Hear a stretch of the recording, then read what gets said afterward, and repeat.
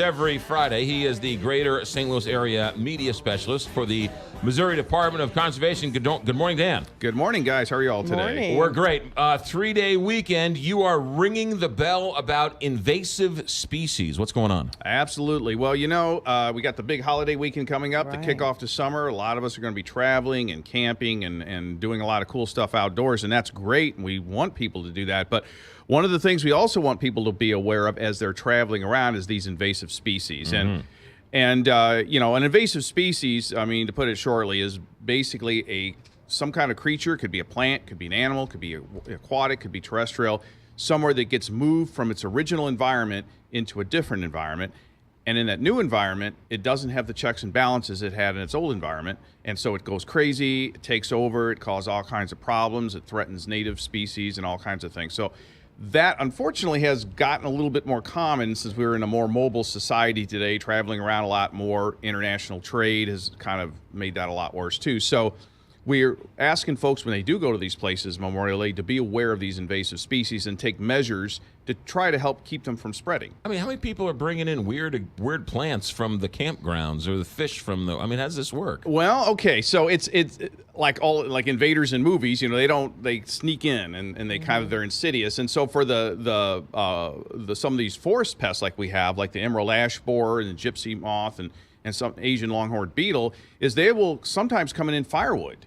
So if you get firewood in one part of the state, that little creature gets in there, you take it to another part of the state, leave that firewood there, and now that creature's at the new place. So what we recommend for firewood, and that's very common, holiday camping weekend and all that, is to get your firewood locally. Don't take it around the state. Don't bring it in from other states. Get it locally and burn it locally. And so you don't spread that vector for that particular insect. So that's one big thing.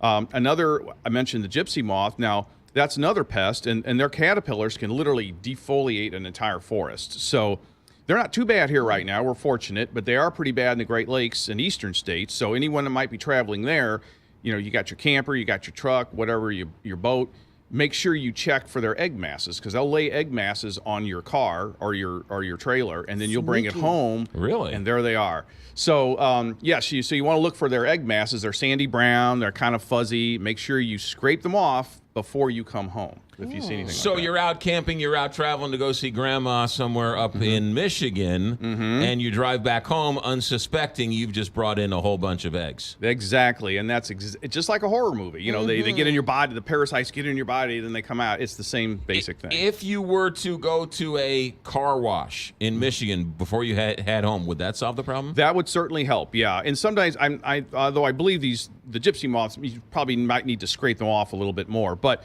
the other issue is aquatic invaders. And so if you go into different waters, different places, you can subject those, like zebra mussels is a big problem we have. So Zebra mussels? Zebra mussels, they're a non-native mussel, like a little tiny clam that's got... Not the kind you can eat, I'm assuming. No, well, maybe you can, I don't know. But we don't, Put them typically. in butter and anybody can eat them. All right. And so they will attach to your boat, and then you'll take them from one body of water to another, and then they get in the other body, and then they over-multiply, and they clog water intakes, and they kill off, basically native mussels. So they're really a problem. So in those cases, things that spread aquatic invaders are like bait. If you buy bait one place, it's water with a bunch of critters in it. Make sure you do not take that bait and dump it in another body of water. You dump it out on land or dispose of it in a landfill so you can't possibly spread those things. Also, they can get on your boat, so definitely check your boat. Wash your boat in a high-powered car wash. Drain all your water sources like your bilge and your live wells and all that. Do that on land so the possible aquatic invaders can't get into another body of water. Wash your boat thoroughly, leave it dry in the sun for several days. What about plants? What do you know about plants? Or is plants not that big of a problem? Well, they can be too, and there's you don't want to definitely bring invasive plants. I don't think that's typically as much of a problem for like a holiday traveler. Right. But just being aware of planting non-native plants, which is not really having to do with travel, but just being aware that if you plant non-native plants, Bradford pears are a real big problem because they can spread and get out of control, and a lot of people plant those ornamentally. So just be aware that you're bringing in a species that didn't naturally occur here, and that once it's here, it could possibly get out of control and cause problems. Is that kudzu still a major problem? Yes, it's still a problem too. And so we've got a lot of bush honeysuckle is a big issue too. And again, that's not so much of a holiday traveler thing, but just an awareness. And so we're always trying to make folks aware of that. And it's a challenge to battle these things. Oh, I had no idea. You go up to visit Grandma up in Michigan, and you could be ruining the environment down here. Exactly. Yeah. Exactly. So all right. Is there more online? Absolutely. You can go to our website, mdc.mo.gov.